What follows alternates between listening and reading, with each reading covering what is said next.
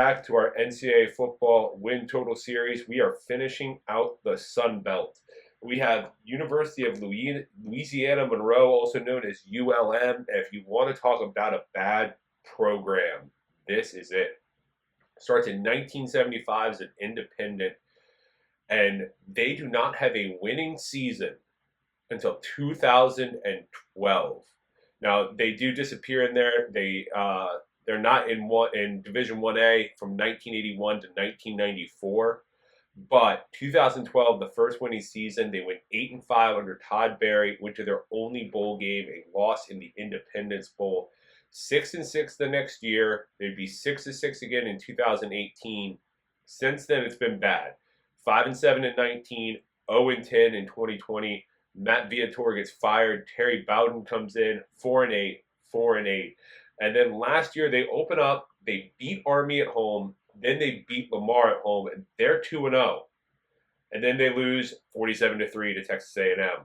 They lose by a point to App State. They lose to South Alabama. Lose at a point at Texas State. Lose by 10 at Georgia Southern. Lose to Arkansas State by 10. Lose to Southern Miss. Lose to Troy. They get annihilated by Ole Miss, and then they lose at Louisiana. They finish 2-10 on a 10-game losing streak, and Terry Bowden's gone. In comes Bryant Vincent. Bryant Vincent was a part of that UAB program that got shut down. He goes, takes a second stint in South Alabama, comes back to UAB when they restart the program. He's their offensive coordinator, and then their head coach retires right before the season, and he takes over. Bill Clark retires 2022. Bryant Vincent is the head man, goes 6-6, goes to the Bahamas Bowl, wins it, goes 7-6. He wins that game as the new head coach is on the sideline. Trent Dilfer gets hired by UAB.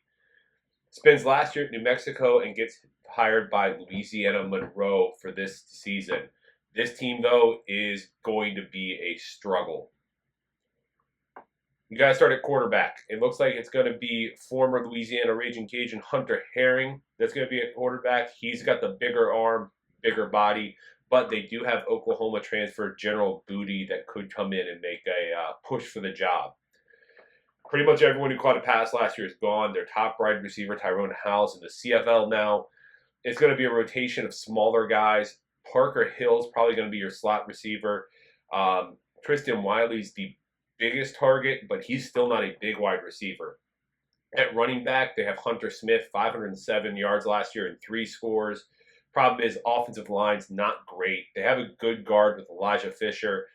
John Curtis Goodman and Sam Carson are both all right tackles, but don't have a lot of experience. Outside their top 5, though, they really don't have any offensive linemen. So if an injury happens, it's going to be a disaster for them. On defense, that was a complete disaster last year. They lost Kennard Snyder to Iowa State. Aiden Huntington's off to Tulane. So that's really just Jalen Ware still at the nose. They do have James Smith, a defensive end. He's an okay pass rusher. He's got to step up. The linebacking core is basically all JUCO transfers. That's really had to find everybody. And the secondary is really their strong point. Carlin Viggers is one of them.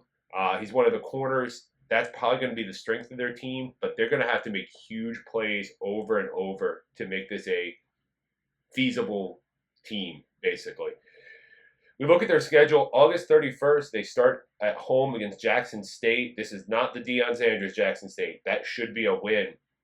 September 7th, UAB, the Bryant Vincent revenge game. They might get a win just off pure emotion. They shouldn't be favored at all, though. Then they have a bye. September 21st, they're going to get annihilated by Texas on the road. Then the conference schedule starts.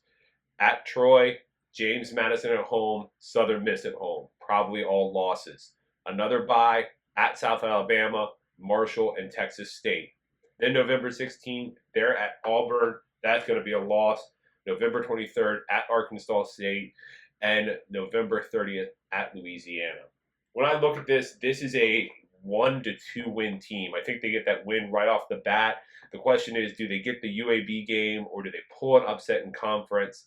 I mean, they were 0-for in conference last year. They were 0-8. If you go back to 2020, they were 0-7. I mean, they're not strong in conference play. They might sneak one, so that's why I don't really want to do anything else other than the under 2.5.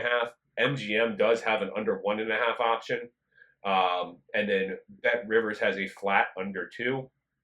But we're going to go to Caesars.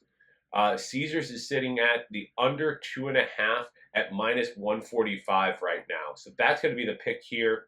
This is also our last Sun Belt video. So we've got to have some conference champions. And I like two of them. First one I think App State's the best team in the conference. We're going to go ahead and take them. It's plus 300 on DraftKings. If you can bet it at BetMGM, it's plus 325. I can't because of schools in the conference, but we're going to take the plus 300 for App State. I think they're going to face Texas State. I love Jordan McLeod there. So if they're facing off, we're going to go ahead and take Texas State plus 500 also on DraftKings.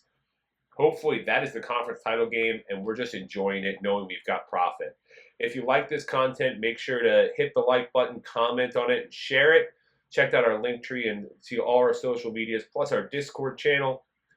Next time we start Conference USA, we start with FIU. See you then.